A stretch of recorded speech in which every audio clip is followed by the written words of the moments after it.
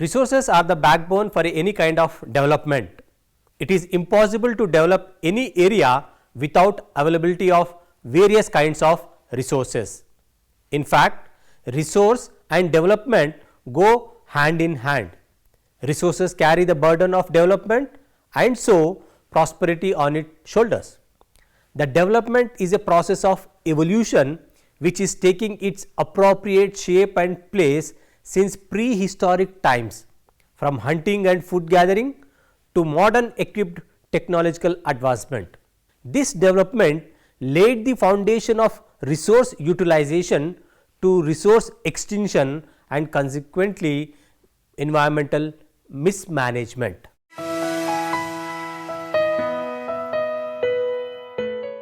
After reading this module, you will learn about meaning of resource, resource and wealth, some discarded ideas and popular misconception about resources, resource, resistance and neutral stuff, functional theory of resources, dynamic concept of resources and classification of resources.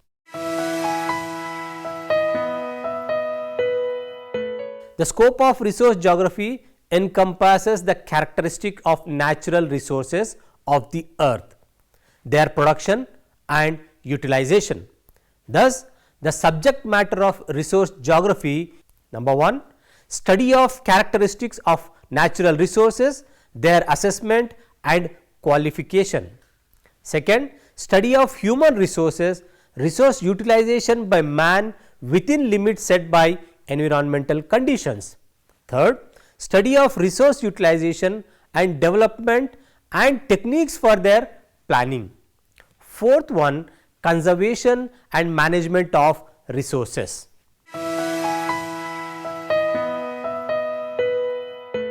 Etymologically, resource refers to two separate words, re and source, that indicate anything or substance that may occur unhindered many more times.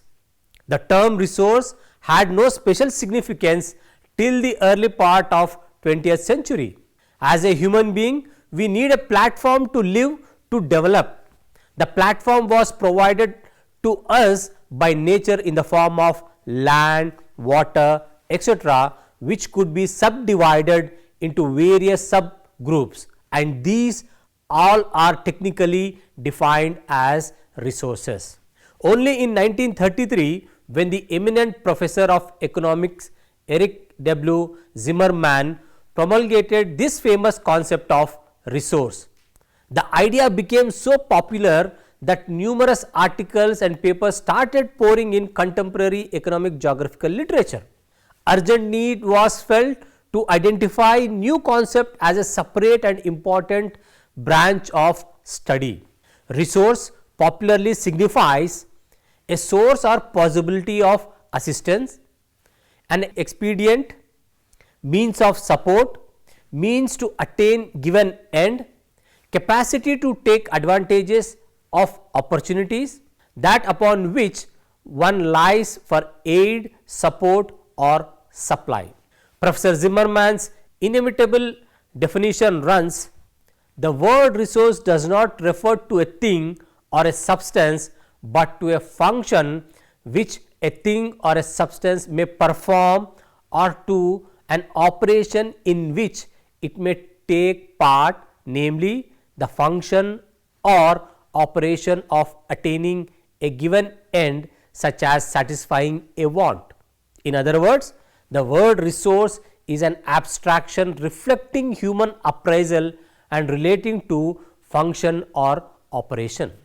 According to Rees, resources are defined by man, not by nature. In a very defined way, we can say resources are what we use. Thus, man defines resource as materials, areas or living things considered useful or value to a particular culture. Zimmermann's functional approach holds that nature is meaningless. In his terms, it is merely a natural stuff until people identify particular aspects or elements of it that can be used. Neutral stuff becomes resources when cultural and technological circumstances permit it to be appraised as such.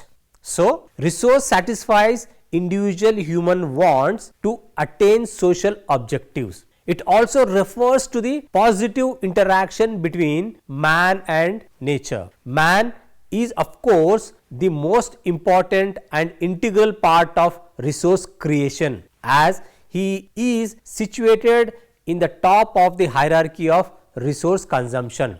Only the satisfaction of human beings converts anything or a substance into a resource. A thing or a substance is not considered as resource when it fails to give satisfaction to human beings. Proven reserves of petroleum in the midst of inaccessible terrain or in the abyss is not considered resource, as they fail to yield any satisfaction to entire society or individual.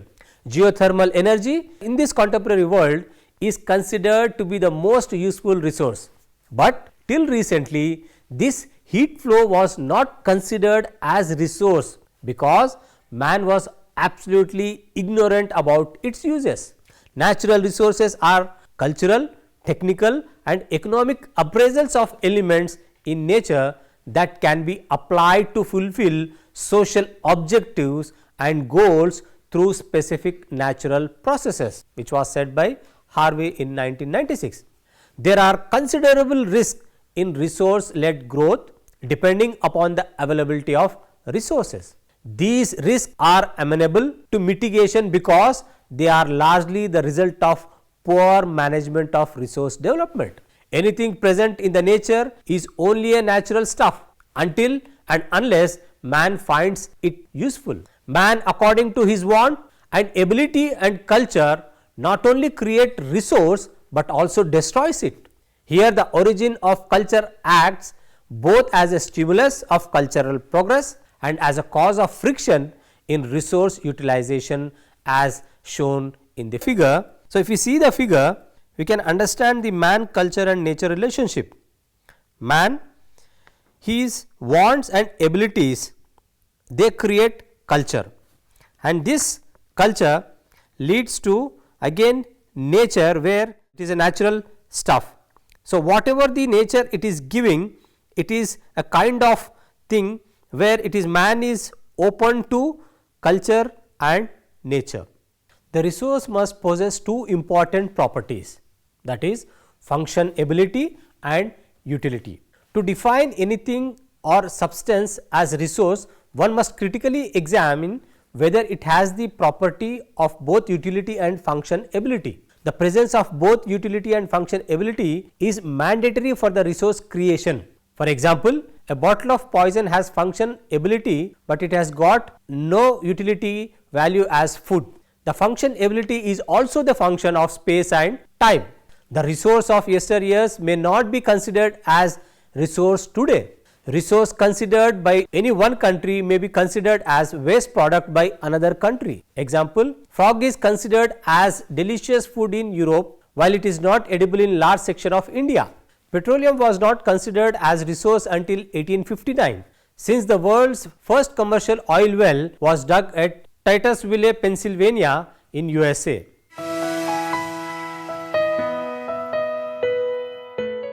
In a day-to-day life, a common man often uses the terms resource and wealth for same purpose and meaning. Both the words signify the same expression, but in economics and resource study, these words convey separate meanings. Wealth, as stated by noted economics Keynes, consists of all potentially exchangeable means of satisfying human wants. So, wealth must possess utility and functionability, scarcity and transferability, but wealth is always measurable. Wealth can be expressed in terms of measuring units like rupees, dollars, etc. In this manner, culture cannot be considered as a wealth, as it cannot be expressed by any measuring unit. On the contrary, resource may be tangible as well as intangible substances. Anything satisfying human wants can be termed resource, be it tangible or not wealth is synonymous with valuables, that is, it should be scarce while resources may be ubiquitous or abundant. For example, sunshine, air, etc. So, coming to different properties of wealth and resources, all wealths are resource, but all resources are not wealth. Resource incorporates much more than wealth in a sense that culture, technology, innovative power, skill and different other aspects are included in the realm of resource. Here we will discuss about some discarded ideas and popular misconceptions about resources. Since time immemorial, consciousness about resource is a part of both individual and society. In fact, when human beings began community life to attain security and opulence, individuals started to gather wealth and power for future resource creation. For the three basic necessities of survival, that is food, shelter and clothing, man had no other option but to be aware about the resources. Ever since the Industrial Revolution 1760, the values, ethics, culture, community life, agrarian economy all received severe blow. New concepts of social welfare state, ultra capitalism, economic colonialism affected human life. The increasing gap between haves and have nots enhanced internal social tensions. To combat this, emergence of socialism, communism again increased the differences between different schools of thought. According to the prevailing changes in society in different era, the concept of resources had also gone through changes in harmony with the space and time. And the major popular misconception about resource in earlier periods were: first, substances or tangible things like coal, copper, petroleum, etc. are resources. Invisible or intangible aspects like peace, culture, wisdom, policy decisions, know-how, knowledge, freedom cannot be considered as resource. Only natural things or substances freely bestowed by Mother Earth can be considered resource, and resource cannot be created. Human populations were not considered as a resource. Only the quantum and magnitude of substances, not their usability or function ability and quality were measured. Resource was considered as mere static and fixed assets. Its mobility, dynamism and expansion ability was totally ignored. The concept of resistance was totally unknown. So, matter full of resistance and no function ability was also considered as resource. In pre-Zimmermann era, only tangible or material substances were considered resources.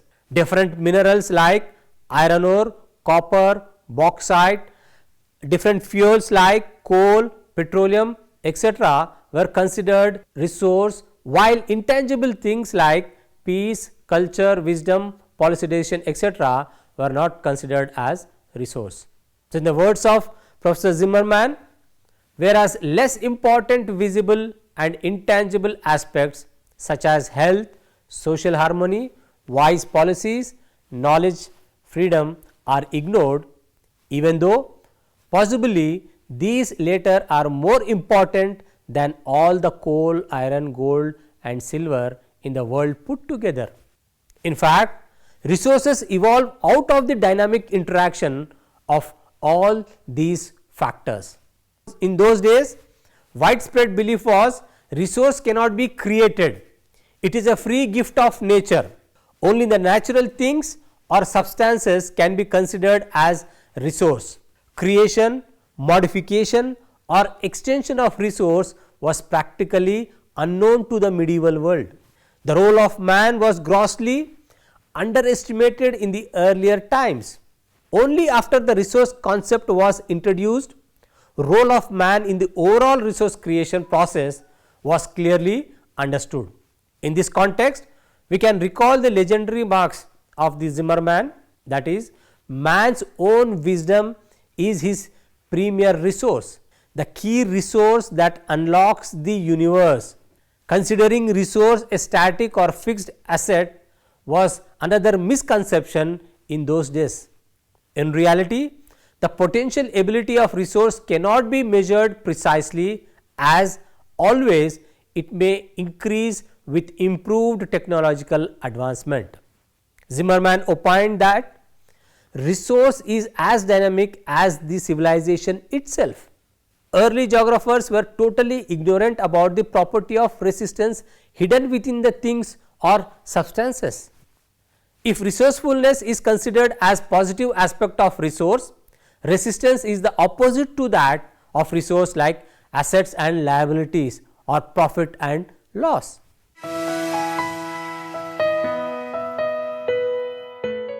Coming to resource and neutral stuff, there is a total antagonistic relationship between resource and resistance, like light and shade.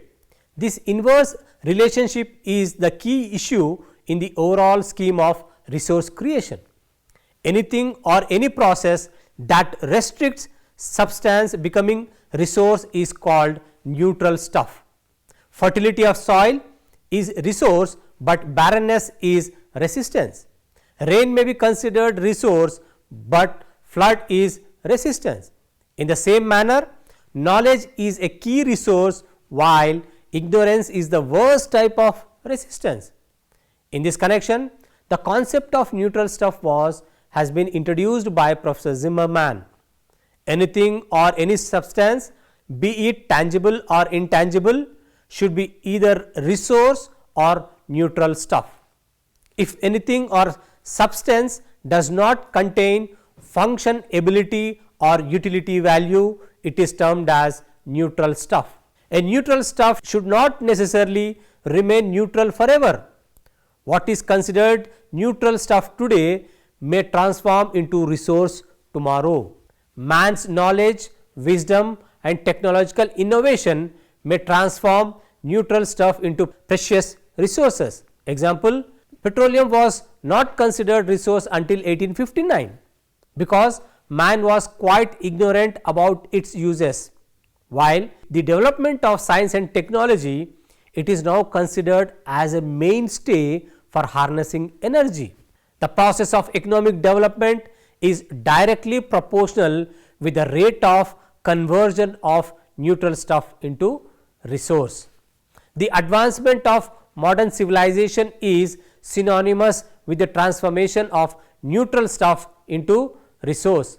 If we peep through the windows of history, it reveals that despite having enormous amount of minerals, water resources, human resources, wealth, etc., some countries could not develop themselves, while others, without having any significant minerals, water, etc., because of their technology, skill, zeal, nation pride and simple endeavor, were able to transform their own meager neutral stuff into resources and ultimately witnessed meteoritic rise.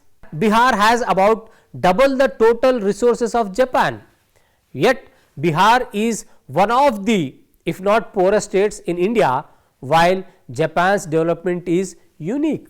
So, minimization of resistance is the only way to maximize resource creation.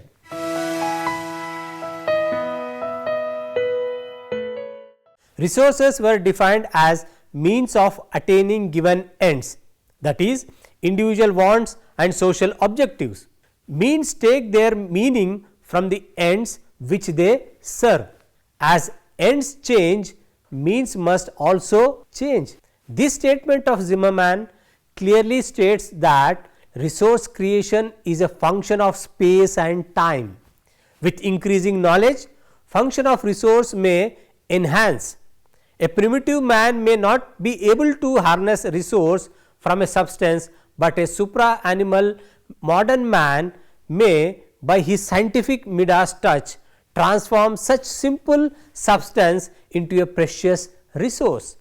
To a man of animal level, resistance plays a very dominant role, where nature possesses obstacle for resource creation, but to a modern man, knowledge plays a key role to convert natural stuff into resource. The tropical Africa is well endowed with huge water resources. Due to backward economy and technological drawbacks, inhabitants of that region cannot convert it into energy. On the contrary, the Japanese were able to produce huge energy from far less water resources. This is because of scientific knowledge, expertise and greater economic development. The advancement of civilization is the product of expansion of human information base. Information about minerals like coal, petroleum, iron ore, copper, etc., and about agriculture, that is high yielding seeds, pesticides, insecticides, etc., and about manufacturing industry, the invention of steam engines, boilers, turbines, converters, etc., were possible with the increasing scientific knowledge. This increasing knowledge reduced the resistance of the natural things or substances and converted them to resources. So, Mitchell had aptly said, incomparably greatness among human resource is knowledge. So, with the efforts of man through the functional or operational process, resource is dynamically created. Without human effort, resource cannot be created because man is the ultimate consumer of resource. Without any operational process, a thing or substance remains neutral. Resource cannot be created, and what is created now may be enhanced or increased with increasing knowledge. So, resource creation process is highly dynamic in nature.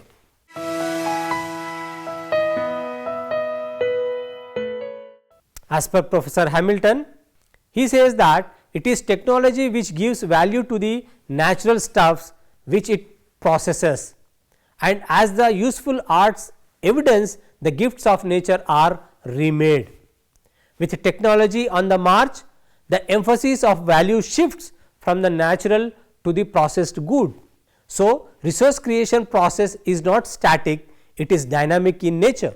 The thing or substance considered as natural stuff today may be converted into precious resource tomorrow. Since the beginning of civilization, Paleolithic man started devoting his limited knowledge to convert natural stuff into resource for his own requirement. While the passage of time, the increasing knowledge, man was able to harness more resource from same amount of stuff. Bowman has rightly remarked, the moment we give them human association, they are as changeful as humanity itself. With the increasing need, man frantically explored all possibilities or avenues to expand resource base from his existing stock. So, resource creation is a continuous and need based operation. At the present era, when the world is passing through acute energy crisis, man is exploring possibilities to produce energy from all sources like solar energy, wind energy, geothermal energy, etc. Previously, ocean current was never considered as a resource, but now man is able to convert this force into energy. So, the concept of resource is dynamic, and resource study is a dynamic science.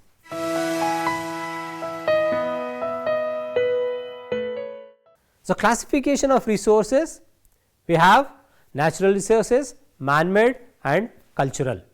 In man-made, it is nothing but that is human resource, that is mankind, whereas you have in natural resources renewable and non-renewable. So, it is how we have divided we can subdivide the groups. Natural resources are the main material base of regional development. Each and everything which is beyond human intervention is a natural resource. The deficit of natural resource may not be compensated by any other resource. In most cases, natural resources represent specialization of a region, whereas man intervened, man modified, man maintained, man generated and controlled resources are called human resources. Man has developed skills, technologies and ability to generate, develop and use the resources by his mental ability. So, it is said that human mind is the supreme resource for himself. These two groups are further subdivided into different types according to different perspectives. The technological advancement generated a new type of resource known as computer resource, very useful resource that redeemed the workload of man. For economists, capital resource is another kind of resource which is a base for an economy to flourish. Oman in 1971 classified resource depending upon its quantity and variability. 1. The immutable, incapable of much adverse change. 2. Misusable, that is little danger of complete exhaustion, but when improperly used. 3. Exhaustible, that is permanency is dependent upon the methods of use. Similarly, Lasson in 1972 classified resources into 4 groups. 1. Perennial or perceptual resource like earth's properties like air, water, etc. Second one, renewable resources such as plant, animal and soil because they respond to man's manipulation. Third one, non-renewable or fund resource like minerals are included in this group. And the fourth one, amenity resource, it is nothing but the desirable attributes of our cultural environment. Resources may be further classified into various groups depending upon attributes and bases. In general, resources are classified into 2 groups, material resources and non-material resources. So, the material resources are tangible substances like petroleum, iron ore, copper, water, etc. Whereas, non-material resources are intangible resources like health condition, culture, ethics, freedom, environmental harmony, etc. Material or tangible resources are direct, that is freely bestowed by nature, whereas non-material or intangible resources are cultivated by human beings with the help of increasing knowledge. Material resources may again be subdivided into 2 groups, that is organic and inorganic. Organic resources like forest, fish, livestock, whereas inorganic resources like iron ore, manganese, mica, etc. On the basis of durability, resources may be classified into 2 groups again. These are fund or exhaustible resources, that is not everlasting, destroyed forever after use. Coal, petroleum, uranium are the best examples of this. Second one, flow or inexhaustible resources. Supply of resources remain unchanged even after renewed use like the river water, sea wave, sunshine, airflow, etc. Ownership is another parameter to classify a resource. International or world resources owned by global population, that is the total resources owned by all individuals and nations put together. The sum total of all material and non-material resources come under this category. Coming to next one, national resources, the sum total of resources of inhabitants of the nation and resources of the nation itself. Third one, individual resources, both tangible resources, that is property, money, wealth, and intangible resources, that is knowledge, wisdom, health, etc. owned by any individuals is known as individual resources. On the basis of availability of resources, it can be classified into 2 groups, that is ubiquitous and localized. Ubiquitous type of raw material are found everywhere like sunshine, air, etc., while localized raw materials are available only in some places, example petroleum, uranium, iron ore, etc.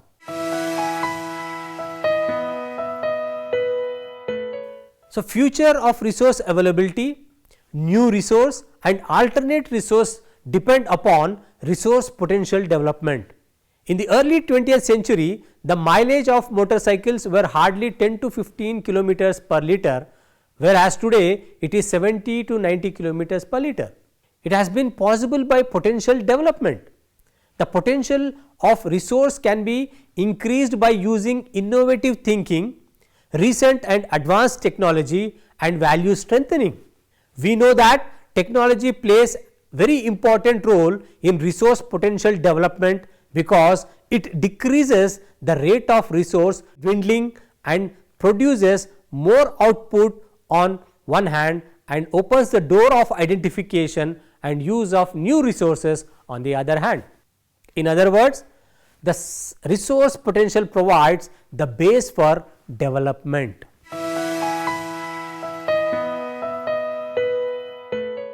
Resource evaluation and management sustainable development is centered in the role of ultimate conservation. Both development and conservation processes need to run with sustainable balance. Conservation is a healthy human relationship with nature for sustainability of natural resources in the process of all round development. International Union for Conservation of Nature and Natural Resources IUCN in its report World Conservation Strategy defined conservation as the management of human use of the biosphere so that it may yield the greatest sustainable benefits to recent generations while maintaining its potentials to meet the need and aspirations of future generation. In fact, the resource utilization, population and environmental conservation form a three-legged stool which is practically very unstable, but conservation strategy can be very useful in maintaining balance between them.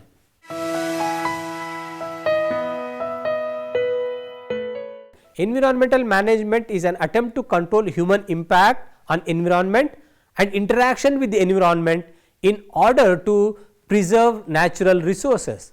Environmental management focuses on the improvement of human welfare for the present and future generations. Administrative functions that develop, implement and monitor the environmental policy of an organization. Sustainable development is a pattern of resource use that aims to meet human needs while preserving the environment so that these needs can be met not only in the present. The development initiatives should be initiated, but also for generations to come in such a way that the future generations can enjoy the benefits of nature without any compromise.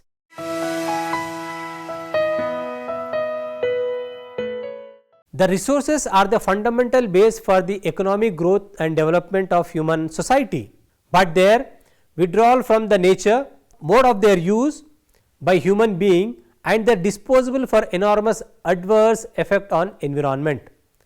The strategic action plan to redeem the effect on environment is very important, but the strategies of environmental management must be of special consideration.